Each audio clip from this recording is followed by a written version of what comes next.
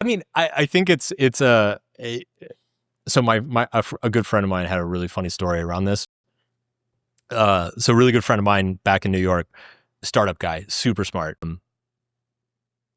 Startup founder, had an exit, did really well, went to work for a VC, did really well at the VC, and then eventually got brought in by like one of the 20 or 30 biggest companies in the world to advise and help. They're doing like an internal incubator. And basically they wanted him to come in and kind of like advise their projects or whatever. So, and this guy's like 30, right? So he's like climbed the mountain, climbed the next mountain, and now he's like being brought into like one of the biggest companies in the world, literally household name. And he's supposed to be in charge of like all these like special projects and new innovations and stuff.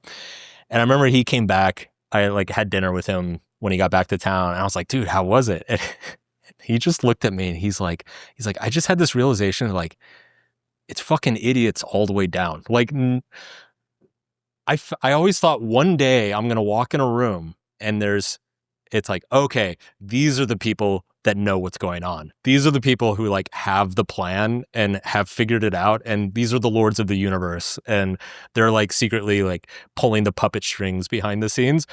And the rest of us are just trying to keep up. And he was like, yeah, nobody knows what the fuck they're doing. Like he's like, it's a disaster. It's a complete and utter disaster. And he's like, I don't know what I'm going to do, but they're paying me a ton of money. So,